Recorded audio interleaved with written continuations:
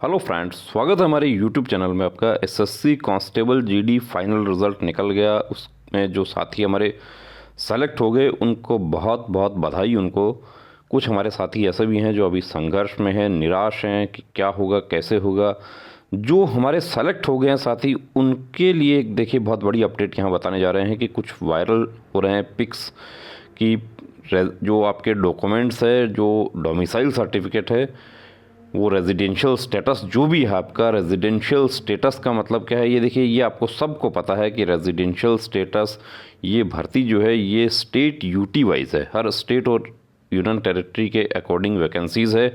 तो आपने जो डोमिसाइल दिया है वो उस स्टेट का होना चाहिए जिस स्टेट में आप डोमिसाइल होने का दावा कर रहे हैं, आप वहाँ के निवासी होने का दावा कर रहे हैं। डिस्ट्रिक्ट का होना चाहिए। डिस्ट्रिक्ट मिसमैच हुआ किसी का या किसी का स्टेट मिसमैच हो गया, ऐसे जो कैंडिडेट्स थे उनको रिजेक्शन दे दिया गया था। कुछ हमारे साथी ऐसे भी हैं जो सेलेक्ट भी हो गए।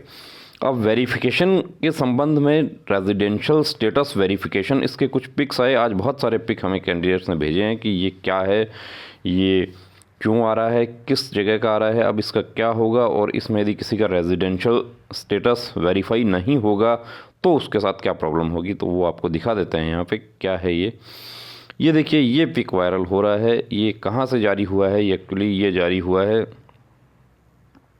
खटकटी ग्रुप सेंटर, खटकटी से जारी हुआ है ये, और 16/2 का इस पर डेट लगा हुआ है। ये सील भी है, 14 फरवरी को जारी हुआ था। ठीक, office of the DIG of police, group centre, CRPF, Khatkhati, Assam. ये किसको दिया है? Deputy commissioner district Jorhat, state Assam. Verification of permanent residential status. देखिए, असम में क्या होता है कि पीआरसी होती है, परमानेंट रेजिडेंस सर्टिफिकेट, और दूसरे स्टेट जितने भी होते हैं उसमें डोमिसाइल होता है।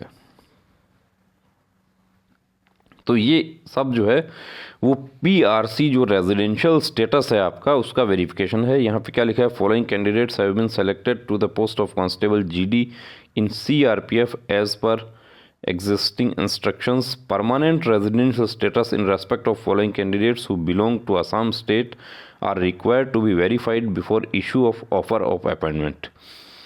Their details are as under. आपको बाकी जो हमारे साथी हैं दूसरे स्टेट्स में ज्वाइनिंग लेटर आने स्टार्ट हो गए हैं, लेकिन आसाम में जब तक ये पीआरसी का वेरिफिकेशन नहीं होगा तब तक इनका ज्वाइनिंग लेटर जो है, ऑफर ऑफ अपॉइंटमेंट इनको तभी दिया जाएगा जब पीआरसी से इनका, डीसी ऑफिस से इनका जो है रेजिडेंस सर्टिफिकेट जो है वो वेरीफाई हो जाएगा। अब यहाँ आप देख सकते हैं नीचे, ये देखिए, ये जो है अब क्या लिखा हुआ है नीचे वो भी आप देख सकते हैं कि you are therefore requested to verify the residential status of above candidates and submit the verification report at the earliest duly affixed with office seal as authenticity to issue offer of appointment to the concern individual. और इसका copy किसको दिया है वो भी दिखाते हैं आपको। ये देखिए, ये रिसीव हो गया डेप्यूटी कमिश्नर शिव सागर, ये शिव सागर जिले का है कि शिव सागर में रिसीव हो गया। रिसिप्ट नंबर 1657 और डेट ये देखिए। ये जो पीछे आप लोगों को प्रधानमंत्री कार्यालय के जो लेटर दिखा के आपको बेवकूफ़ बनाया गया था वो भी सब ऐसा था, लेकिन ये जो है डेप्यूटी कमिश्नर ऑफिस शिव सागर में, यानी कि ये लेटर रिसीव हो गया है। आप भी कहीं लेटर लिखते हैं, आप लेकर जाते हैं, आप वहाँ पर एक उसकी फ़ोटोकॉपी पे रिसीव करवा सकते हैं। ये पूरा दिखाया है। तो दोस्तों, ये क्या है, इसमें आपको घबराने की ज़रूरत नहीं है। जो हमारे साथी आसाम के हैं उनका परमानेंट रेजिडेंशियल स्टेटस जो है वो वेरीफाई होकर ही उनको ऑफर ऑफ अपॉइंटमेंट जारी होता है।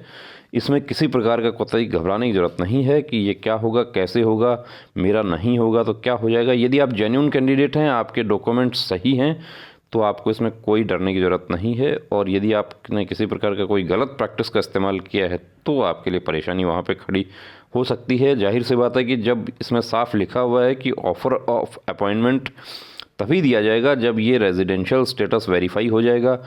तो यदि किसी का रेजिडेंशियल स्टेटस वेरीफाई नहीं होता है तो उसमें क्या होगा, उस स्थिति में उसका ऑफ़र ऑफ अपॉइंटमेंट नहीं दिया जाएगा। अब उसको यदि ऑफ़र ऑफ अपॉइंटमेंट नहीं दिया जाता है सेलेक्टेड कैंडिडेट को, तो उसके लिए क्या वेटिंग आएगी। अब उसी का सारा मसला है कि वेटिंग आएगी तो कैसे आएगी, नई वैकेंसी का कैसे पता चलेगा, क्या होगा नहीं होगा, तो उसके लिए भी टाइम टू टाइम अपडेट करेंगे। जिन साथियों का इनमें ये नाम जो वायरल चल रहे हैं, इसमें ये आपके लिए नहीं है। ये ऑफिस डाक था एक्चुअली, जो CRPF के ऑफिस से निकला और DC ऑफिस में गया, तो वहाँ से किसी ने ये पिक्स जो हैं लेकर वायरल किया है। तो उनको भी ऐसा नहीं करना चाहिए। जो ओहदेदार हैं, अंदर जिम्मेदार लोग हैं, उनको इस तरह का ज़रूरत नहीं थी करने की। तो फिर रिपीट कर देता हूँ कि आसाम के ये PRC verification, permanent residential status का वेरिफिकेशन हो रहा है, और आप जेन्युइन कैंडिडेट हैं तो आपको डरने की ज़रूरत नहीं है। किसी प्रकार का आपको कोई टेंशन करने की ज़रूरत नहीं है। हाँ, यदि किसी प्रकार की गलत प्रैक्टिस, जैसे हमें किसी ने बताया कि राजस्थान के कुछ कैंडिडेट जो हैं वो गुजरात से डॉक्यूमेंट्स बनवा कर भर्ती होते हैं, तो हमें नहीं लगता ऐसा कुछ होता होगा, क्योंकि डॉक्यूमेंट्स बनना इतना आसान नहीं है कि आप, और आधार कार्ड आपका ऑलरेडी है, और यदि कोई ऐसा करता है और वो पकड़ा जाता है तो वो उसके लिए बहुत ही परेशानी का सबब बन जाएगा, क्योंकि अब सब कुछ सेट हो चुका है, मिठाई बंट चुकी है, और अब रिजेक्ट होना बड़ा ही जो है दुखद स्थिति हो जाती है।